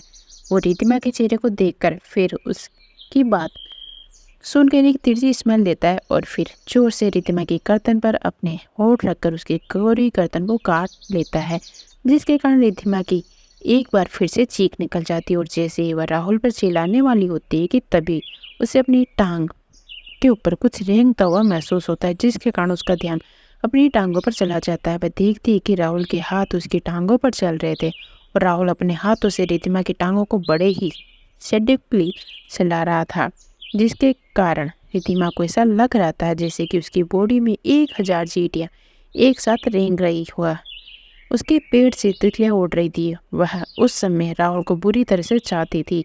वह राहुल को देखती है, उसके बाद बोलती कि प्लीज़ अब आगे बढ़ जाओ, मैं तुम्हें बुरी तरह से चाहती हूँ, मेरी हेल्प करो, मैं अब और बर्दाश्त नहीं कर सकती। राहुल उस बात को सुनकर मुस्कुरा देता है। उसके बाद वह अपने होठों को उसके कान के पास ले जाकर बड़ी ही मदोश से भरी आवाज़ में बोलता है, जान, आज की रात में बहुत महंगी पड़ने वाली है, क्योंकि कल की बात तुम कभी भी खुश नहीं रह पाओगी। इसी के साथ वो अपने होठों को उसकी गर्दन पर रखकर उसकी गर्दन को चूमने लग जाता है, जिसके कारण रिद्धिमा की सिसकियां निकल रही थी और वह अपने हाथों को उसके बालों में ले जाकर उसके बालों को खींच लेती है, जिसके कारण राहुल का चेहरा थोड़ा सा ऊपर हो जाता है। लेकिन फिर भी वो उसकी नीक को नहीं छोड़ता, वैसे ही उसकी चूमता रहता है। कभी उसके हाथ उसकी नाभि के इर्द गिर्द घूम रहे थे तो कभी नीचे झुककर वह अपने होठों को उसके पेट पर रख देता है और उसके पेट को चूमने लग जाता है। जैसे ही रिद्धिमा राहुल के होठ वहाँ महसूस करती है तो वो अपने हाथ राहुल की पीठ पर ले जाकर उसकी पीठ को सहलाने लग जाती है और उसकी पीठ को अपने तीखे दांतों से काट रही थी। रिद्धिमा को ऐसा लग रहा था जैसे कि कोई सांप उसकी पीठ पर रेंग रहा हो और वह धीरे धीरे से उसकी पीठ पर अपनी डंक मार रहा हो। वहीं राहुल अपनी तीखे दांतों से रिद्धिमा की पीठ पर हैवानियत के निशान बना रहा था। कभी उसकी पीठ पर पेशेंट किस करने लग जाता तो कभी वहीं राहुल तो अब धीरे धीरे एक जानवर का रूप धारण करने लग जाता है। उसे अब कुछ नहीं चाहिए था, वह बस इस समय अपने नीचे रिद्धिमा को कराते हुए सुनना चाहता था। वह रिद्धिमा के चेहरे को गौर से देखता है, उसके बाद वह एक ही झटके से उसे पलट देता है। वो इस समय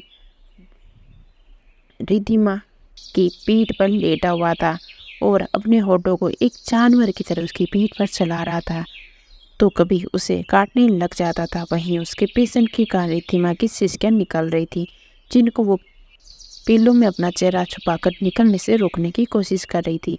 राहुल से जब और कंट्रोल नहीं होता तो वो अपने होठों को उसकी गर्दन पर रख देता है और उसके बालों को एक साइड करके उसकी गर्दन को अपनी जीभ से लीक करने लग जाता है, जिसके कारण रिद्धिमा की पकड़ बेडशीट पर कस जाती है। वहीं राहुल रिद्धिमा के ऊपर अपना अफेक्ट होते हुए देखकर मुस्कुरा देता है और फिर एक ही झटके में वो रिद्धिमा को छोड़कर अपने कपड़े निकालकर बेड की दूसरी तरफ फेंक देता है और रिद्धिमा पलट देता है और खुद उसके ऊपर आकर उसके होठों को उसकी बॉडी पर चलाने लग जाता है। कभी उसके होठ उसकी गर्दन पर थे तो कभी उसके होठ उसके पूरे चेहरे को चूमने लग जाते हैं, कभी वो अपने होठों को उसके गालों को काटने लग जाता है। वही राहुल के उतावले मन को देखकर तो रिद्धिमा को तो कुछ समझ ही नहीं आ रहा था कि वह क्या करे। उसका शरीर राहुल को चाहता था, लेकिन उसका दिमाग राहुल को खुद से दूर करने को बोल रहा था, क्योंकि राहुल उसे बहुत ज़्यादा दर्द दे रहा था। लेकिन फिर भी वो अपने दिल की सुनती है और राहुल को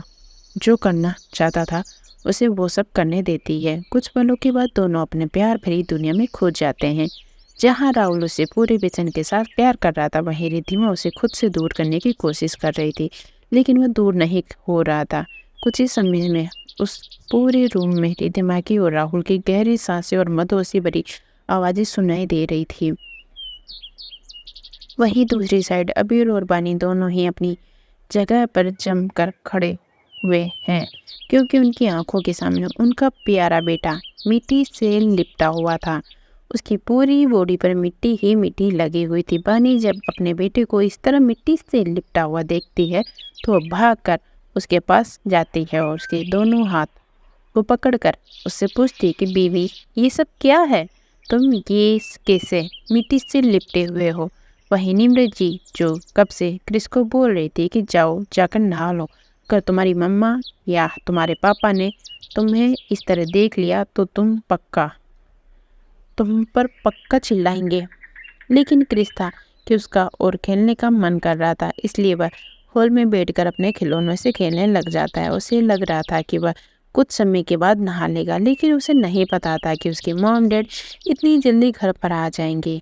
और जब वो बानी और अबीर को देखता है तो वो सकपका जाता है। या अबीर अपनी आंखें छोटी करके क्रिस को घूर कर देख रहा था। वहीं बानी की आंखों में उसके लिए फिक्र साफ दिखाई दे रही थी।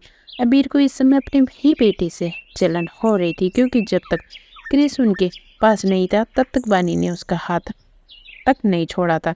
वहीं जैसे ही वो अपने बेटे को देखती है तो उसको ऐसे इग्नोर कर देती है जैसे कि वो उसकी लाइफ में हो ही नहीं। क्रिस जब बानी की बात सुनता है तो वह अपनी आंखें टिमटिमाते हुए बानी को देखता है। उसके बाद अपना चेहरा नीचे करके बानी से बोलता है, एंजल, वह मैं अपनी डॉटरों के साथ खेलने गया था तो मैं वहाँ पर गिर गया था। इसके बाद मेरे कपड़े गंदे हो गए और मेरे साथ साथ वो भी गिर गए थे।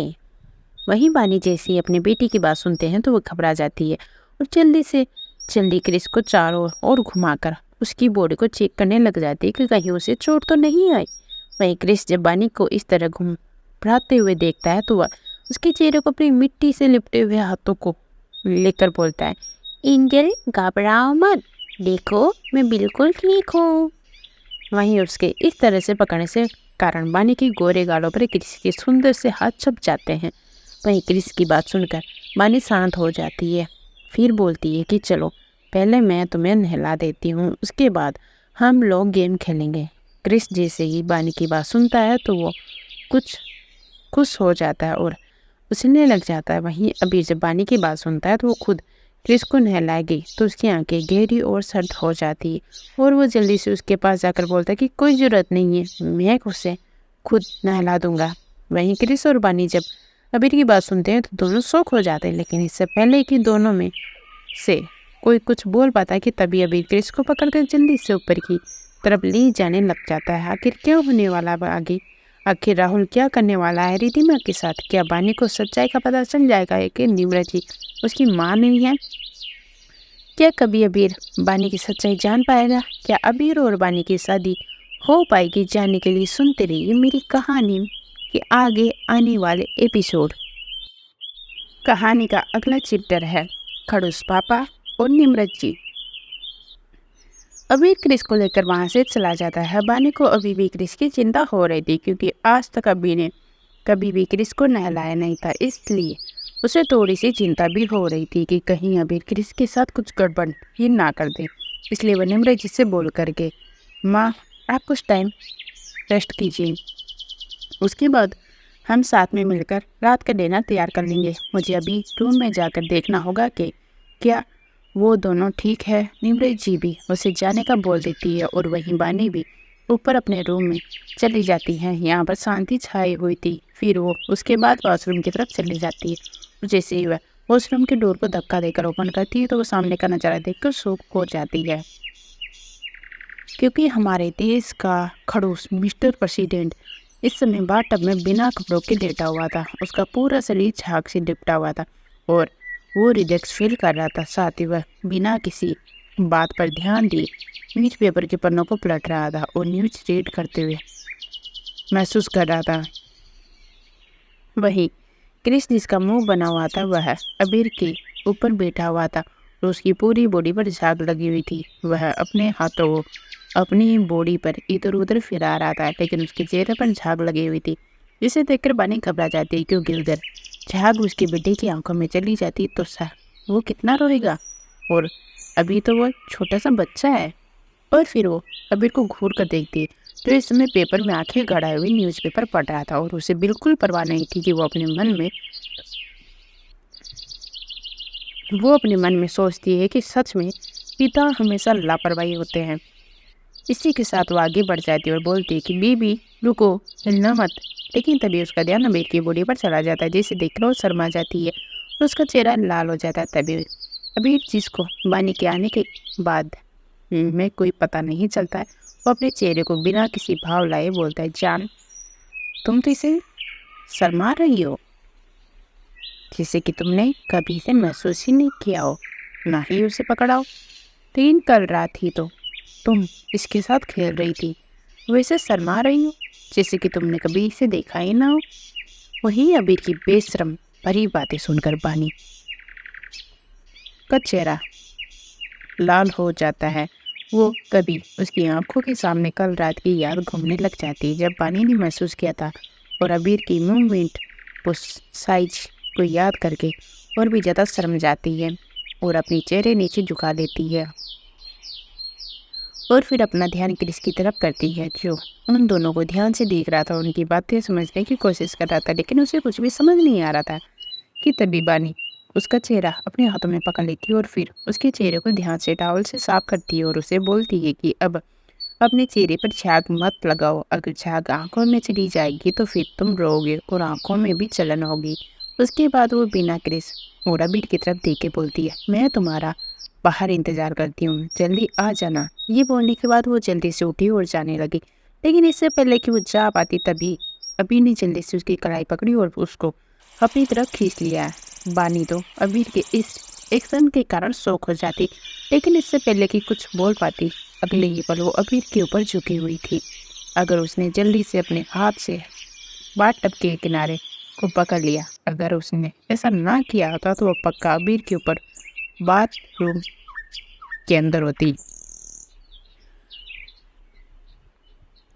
तभी उसके कानों में अबीर की आवाज़ पड़ती है, जो उससे पूछता है, तुम किससे बात कर रही हो और किसे बता रही हो। बानी अबीर की बात सुनकर शर्मा जाती है। वहीं अबीर गौर से उसके चेहरे को देख रहा था। तभी बानी अपनी निचले होठ को काटते हुए बोलती कि तुम जानते हो मैं किससे बात कर रही हूँ और ये क्यों बोल रही हूँ। अबीर उसकी तरफ देखकर बोलता है, तुम मेरी आंखों में आंखें डालकर बात करो। इसी के साथ वो अपनी बाहें उसकी कमर के चारों तरफ लपेट लेता है और हल्का सा उसकी कमर पर दबाव डालकर उसके कोमल शरीर को अपने गले से लगा लिया और खुद को शरीर को उसके खिलाफ दबा दिया। बानी तो एक पल के लिए उसकी आंखों में ही खो जाती है। दोनों की आंखें आपस में मिली और फिर क्रिस अबीर अपना एक हाथ आगे करके क्रिस की आंखों को ढक देता है और बानी के होठों पर अपने होठ रखकर उसके होठों को चूमकर बोलता है, तुम्हें जो भी बोलना है मेरी तरफ देखकर बोलो। तभी बानी को होश आया है कि वॉशरूम में इस समय वो दोनों अकेले नहीं हैं, क्रिस भी उनके साथ है। तभी बानी उसके सीने पर मारते हुए बोलती है, बेशर्मी वाली हरकतें मत करो, क्रिस अभी भी हमारे साथ है। वो इस समय बहुत ज़्यादा शर्मिंदगी महसूस कर रही थी। बानी ने इस समय केवल एक वाइट शर्ट पहनी हुई थी। जब उसने क्रिस को पकड़ा तब तक वो पूरी गीली हो चुकी थी। इस समय वो अबीर से चिपकी हुई थी। वहीं अबीर की नज़रें अनजाने में ही उसके ऊपर बॉडी पर चली जाती है। उसके अंदर की सफ़ेद काले रंग की ब्रा साफ दिखाई दे रही थी, जो उसकी सांस लेने के कारण ऊपर नीचे हो रही थी, जो अबीर को कंट्रोल खोने पर मजबूर कर रही थी। बानी इस समय बहुत ज़्यादा सेक्सी और अट्रैक्टिव लग रही थी। वहीं जब बानी ने अबीर की आंखों में अपनी लीली लालच देखा तो वो अपनी नजरें नीचे झुका लेती है और शर्म के कारण लाल हो जाती है। वो तो अच्छा था कि अभी क्रिस वहाँ पर था, जिसके कारण अबीर ने उसे ज़्यादा तंग नहीं किया था। तभी दोनों के कानों में क्रिस की आवाज़ पड़ती है, जो बोल रहा था कि मिस्टर खड़ूस पापा, आप बहुत अजीब हो। इस समय क्रिस की आवाज़ कुछ जानने की जिज्ञासा थी। वो दोनों की क्रिस की ओर देखते हैं। तभी क्रिस अपनी एक आईब्रो उचकुचाते हुए, क्या अजीब है, तभी बानी भी जल्दी से अबीर से खुद को छुड़वाती है और एक तौलिया लेकर जल्दी से खुद को छुपा लेती है और फिर क्रिस की तरफ देखने लग जाती है, लेकिन वो उससे कुछ नहीं बोलती है। तभी उन अबीर से क्रिस कुछ ऐसा कहता है कि दोनों सुख हो जाता है। क्रिस ने अपनी छोटी उंगली से पानी के अंदर अबीर की टांगों की तरफ इशारा किया और बोला कि आपकी चिड़िया इतनी बड़ी हो गई है कि मेरी चिड़िया से बिल्कुल अलग है। उसके बाद अपनी एक उंगली से खुद की तरफ इशारा करता हुआ बोलता है, देखो मेरी चिड़िया कितनी छोटी सी है, ये है कि बड़ी होने का नाम ही नहीं ले रही।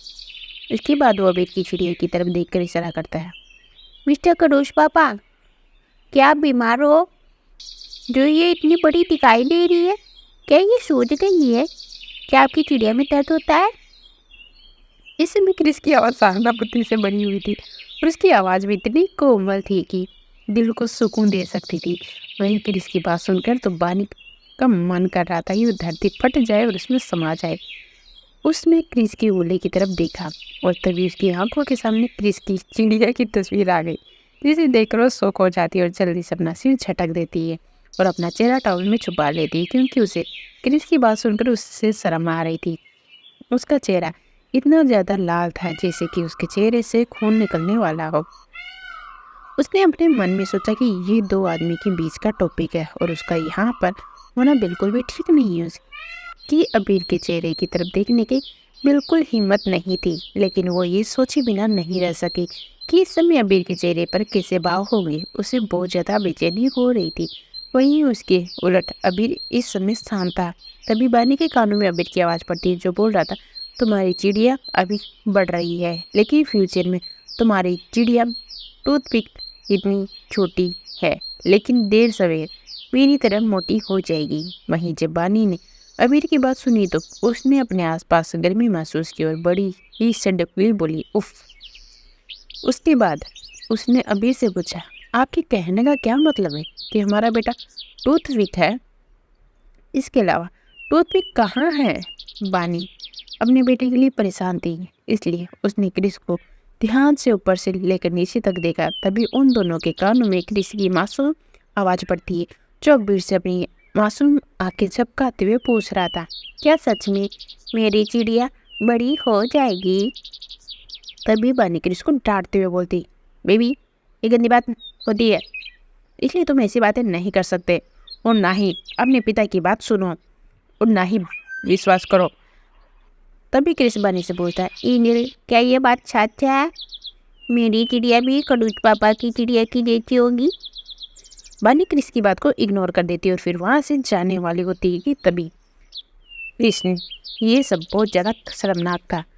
दो आदमी अपने शरीर के बारे में बात कर रहे थे, जिसमें उसे बीच में घसीटा जा रहा था। वह शर्मिंदा दिख रही थी और अबीर ने उसकी आंखों में देखा। उसे यह सब बहुत प्यारा और मज़ेदार लग रहा था। तभी क्रिस बोलता है, पापा तुम बिल्कुल भी प्यारे नहीं हो और ना ही तुम्हारी चिड़िया। मेरी चिड़िया बहुत प्यारी है। वहीं अबीर उसकी बात सुनकर उसको और तंग करते हुए बोलता है, तुम्हारी क्यूटनेस और तो सुंदर चिड़िया का क्या फ़ायदा? क्रिस मुस्कुराता बेटा बात तब से उठा और बाथरोब पहन लिया। तभी फिर से अबीर बोलता है, अगर एक लड़की तुम्हारी क्यूटनेस पसंद है ही है, क्योंकि तुम चाहे कितने भी बड़े हो, लेकिन तुम्हारी चिड़िया अभी कितनी छोटी है। अगर तुम्हारी चिड़िया इतनी ही छोटी रही तो तुम तब भी 10 पत्नियाँ चाहते हो तो भी तुम्हारी कोई भी पत्नी तुम्हें पसंद नहीं करेगी। वही अबीर की बात सुनकर इसका मुंह लटक जाता है कि क्या होने वाला अब आगे। राहुल क्या करने वाला है रिद्धिमा के साथ? क्या बानी की सच्चाई का पता चल जाएगा कि निम्रत जी उसकी माँ नहीं है?